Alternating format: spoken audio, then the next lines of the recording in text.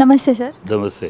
మరి చూసుకున్నట్లయితే చాలా హడావిడిగా నడుస్తుంది సార్ ఎన్నికల ఫలితాలన్నవి. ఏమనిపిస్తుంది ఆంధ్రాలో? అంటే జగన్ గారే గెలుస్తారు ఖచ్చితంగా అని చెప్పి మీరు చెప్పడం జరిగింది లాస్ట్ టైం. అవును, నేను ఖచ్చితంగా నా విశ్లేషణలో నేను ఎందుకంటే గ్రౌండ్ రియాలిటీగా మామూలుగా ఊహించుకుని కాకుండా వెళ్ళి మా టీంతో అనేక మందిని కండక్టర్, ఆటో డ్రైవర్లు అవ్వచ్చు, బస్ కండక్టర్లు అవ్వచ్చు, అందరిని సంప్రదించి వాళ్ళ మనోభావాల్లో ఈ వాళ్ళ పిల్లలు యూనిఫామ్ వేసుకుని స్కూల్కి వెళ్తున్నారని గర్వంగా చెప్పుకున్న ఆయన, వీళ్ళకు ఆరోగ్యాలు బ్రహ్మాండంగా, మాకు ఆరోగ్య పథకాలు ఎక్కడికి వెళ్ళక్కర్లేదు, మా ఊర్లో ఉంటే అన్ని సచివాలయాలు అక్కడే ఉన్నాయి, అన్నీ మాకు మా అందుబాటులోకి ఒక మాట చెప్తే చాలు వాలంటీర్లు అన్నీ చేసి పెడుతున్నారు. ఇలా అంతా మాట్లాడిన మాటలు బట్టి బాగా సచివ పథకాలు బాగా పనిచేసినాయి, ఈ వాలంటీర్ వ్యవస్థ బాగా పనిచేసినాయి, అదే రక్షణ అన్నట్టు అందరూ చెప్పారు. మరి ఆఖరి నిమిషంలో ఎక్కడ తేడా జరిగిందని ఆలోచిస్తే ఒక్కటి కనపడుతుంది. వాళ్ళు చంద్రబాబు నేను తిట్టిన తర్వాత చంద్రబాబు నేను ఇస్తాను, అంతకన్నా ఎక్కువ ఇస్తాను అనే మాటలకి ప్రజలు నమ్మారనిపిస్తుంది. మేజర్గా భవిష్యత్తు ఇప్పుడు నాడు నేడు బళ్ళు బాగుపడటం, పేద పిల్లలు కూడా ఇంగ్లీష్ మీడియం చదువుకుని బ్రహ్మాండంగా వెళ్ళటం అది భవిష్యత్తు కాదమ్మా. ఆరోగ్య వైద్య విషయంలో ఏ గ్రామానికి వెళ్ళినా ఎక్కడ ఆసుపత్రి కేంద్రాలు ఉండటం అది డెవలప్మెంట్ కాదా? మొత్తం బీచ్ సముద్రపు ఒడ్డు మొత్తం పెద్ద తీరం మనకు ఆ మూల నుంచి మూల దాకా గోపాలపట్నం కాడ నుంచి మచిలీపట్నం దాకా అన్ని రేవుల్లోనూ రేవు నిర్మాణాలు అన్నీ జరుగుతాయి. అవి డెవలప్మెంట్ కాదా? 270 ఉద్యోగాలు ఇచ్చింది డెవలప్మెంట్ కాదా? పర్ క్యాపిటల్ ఇన్కమ్లో 2వ స్థానంలో ఉన్నది డెవలప్మెంట్ కాదా? ఇవన్నీ ఉన్నాయి. కానీ ప్రజలు ఈ చదువుకున్న వాళ్ళు పట్టించుకుంటూ తప్పితే మిగతా వాళ్ళు పట్టించుకునేవి కాదు. సో వాళ్ళు ఏమంటే చదువుకున్న వాళ్ళు ఏంటంటే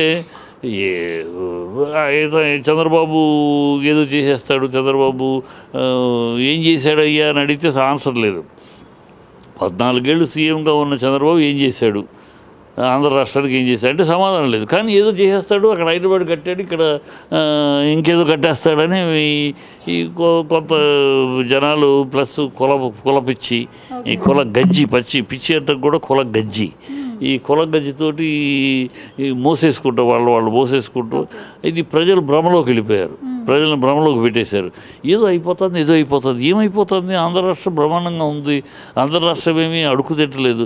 కానీ వీళ్ళు ఇచ్చిన భ్రమ, వీళ్ళ పేపర్లు అన్నీ పెట్టి ఏదో అయిపోతుంది, కాపాడుకోవాలి, రాష్ట్రాన్ని కాపాడుకోవాలి అనే ఒక భ్రమను కల్పించారు. ఆ భ్రమకి ప్రజలు పడిపోయి ఇంకేదో ఎక్కువ ఇస్తారంటున్నాడు కదా చూద్దామని. ప్లస్ పవన్ కళ్యాణ్ అడుక్కుంటాం, నన్ను ఒక్కసారైనా పంపించండి, ఈసారి నన్ను అసెంబ్లీకి పంపించండి అని అభ్యర్థిస్తున్నాను, చేతులెత్తి అర్థిస్తున్నాను, ఇవన్నీ మాటలు.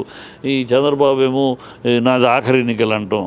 ఈ సింపతి గేమ్ కూడా అలా అంటే జగన్ గారు కూడా ప్రతిసారి ఎలక్షన్స్కి ముందు ఏదో ఒకటి చేసి ఒక రాయితో దెబ్బ కొట్టించుకోవడం, ఇలా సింపతి చేస్తూనే ఉన్నారు. ఆయన కొట్టించుకోలే రాయి. చంద్రబాబు పబ్లిక్ మీటింగ్లో అన్నాడు రాళ్లతోటి కొట్టాలని, ఆయన అన్న 2వ రోజు రాళ్లతోటి కొట్టారు.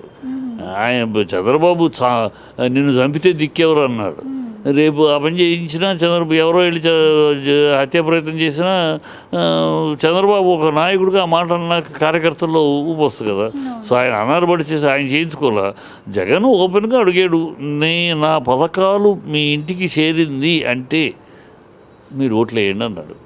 ఆ మాట బాగా పనిచేసింది. కానీ ఆఖరి నిమిషంలో మీ పథకాల కన్నా ఎక్కువ పథకాలు ఇస్తానంటున్న చంద్రబాబు వైపు టప్పని ముగ్గు చూపారనిపిస్తుంది. ప్లస్ ఈ సింపతి ఆడాళ్ళు, ఈ సింపతి అయ్యో పాపం 40 ఏళ్ళు చంద్రబాబు రాజకీయాల్లో ఉన్నాడు చంద్రబాబు, పాపం ఆఖరిసారి ఇది పాపం అని ఆ పాపం చంద్రబాబు అనుకుంటాం. అయ్యో పోయినసారి ఓడిపోయాడు, ఈసారి బతిమాలుతాడు, అంత హీరో నన్ను ఒక్కసారి అసెంబ్లీకి పంపించాడు, బతిమాలుకుంటున్నాడు, అడుక్కుంటున్నాడు, పోనీ పాపం ఈసారి పంపిద్దామని ఆ సింపతి ఇవన్నీ కలిసి వచ్చి తీర్పు ప్రజలు నిర్ణయించుకున్నారు. చంద్రబాబు పోయినసారి దింపినప్పుడు ఎలా ఒకే ఘాటి మొత్తం దింపేశారో ఇప్పుడు జగన్ కూడా అలాగే దింపేశారు. సార్ పవన్ కళ్యాణ్ గారు అసలు గెలవరు, ఈసారి ఎన్నికలు అయిపోయిన తర్వాత వెళ్ళి సినిమాలు చేసుకుంటారు, రాజకీయమే వదిలేస్తారని మీరు చెప్పడం జరిగింది నా ఇంటర్వ్యూలోనే. మరి ఇప్పుడేమనుకుంటున్నారు, ఏం చేస్తారు అనుకుంటున్నారు? ఇప్పుడు ఇప్పటికి కూడా నేను ఆయన గెలవచ్చు కాక, కానీ ఈ టర్మ్లో గెలిచినాక అసెంబ్లీలోకి అడుగుపెట్ట మొదలెట్టినాకైనా పరిణతి చెందితే నేను ఎందుకన్నా ఆ మాట ఎందుకనంటే ఆయన రాజకీయ నాయకుడిగా మాట్లాడట్లేదు. రాజకీయ నాయకుడిగా ఒక చతురతతోటో పరిజ్ఞానంతో విశ్లేషణతో మాట్లాడలేదు. మామూలు ఒక వేళ్ళలాగాను కార్యకర్తలాగా తంతా పొడుస్తా, పాతాళాన్ని తొక్కుతా, కడ్రాయలతో పరిగెట్టిస్తా ఈ గుండాయిజం మాటలు మాట్లాడుతున్నారు. మీరు రాజకీయ నాయకుడిగా ఈ గుండాయిజం మాట్లాడి మిమ్మల్ని గుండాయిజం చేయడానికి ప్రజలు గెలిపిస్తారా? కనుక ఆ భాష ఆయన దగ్గర లేదు, ఆ విజ్ఞత లేదు, ఆయన పక్కన ఉండేవాళ్ళు కూడా సరైన సలహాలు ఇవ్వట్లేదు అని అందుకని ఆయన పనికిరాడు అన్నాను. ప్రజలకు సింపతి మీద ఇచ్చారు. ఇప్పుడైనా ఆయన వ్యక్తిత్వానికి ఆయన నోటు ఆవేశం తప్పితే ఆలోచన లేకుండా మాట్లాడే తీరు, ఈ పాతాళం తొక్కుతా, గుంటలో తొక్కుతా, కడ్రాయితో ఈ భాష కాకుండా ఒక డిగ్నిఫైడ్గా ఒక రాజకీయ నాయకుడిగా ఒక పార్టీ అధ్యక్షుడిగా డిగ్రీగా మాట్లాడి ఈ టర్మ్లో అయినా అలవాటు చేసుకుంటే ఫ్యూచర్ ఉంటుంది. లేకపోతే పవన్ కళ్యాణ్ గారిని నెగిటివ్గా చూస్తున్నారు కాబట్టి నెగిటివ్ కొన్ని వర్డ్స్ అన్నవే కనిపిస్తున్నాయేమో, అంటే పాజిటివిటీ కూడా ఉందేమో. నేను ఆయన మీద నెగిటివ్గా ఎందుకు చూడాలమ్మా? నాకేం అవసరం నెగిటివ్గా? నేను నెగిటివ్గా చూడాల్సిన అవసరం లేదు. ఆయన ఆర్టిస్ట్గా సినిమా ఫీల్డ్లో సంబంధించిన వరకు ఆర్టిస్ట్గా నెంబర్ 1 స్టార్ హీరో. ఆయన నెగిటివ్గా చూడాల్సిన అవసరం రాజకీయాలు నాకు లేదు. నేనేమి వైసీపీ మెంబర్ని కూడా కాదు. కానీ ఎందుకు చెప్తానంటే రాజకీయంగా నేను చిన్నప్పటి నుంచి రాజకీయాల్లో ఉన్నాను. చిన్నప్పుడు చదువుకునే రోజుల్లో కాలేజీ రోజుల్లోనే ఇంటర్ కాలేజ్ స్టూడెంట్ సెక్రటరీగా పనిచేశాను. ఆనాడు డిఎంకే తరపున చేశాను తమిళనాడులో.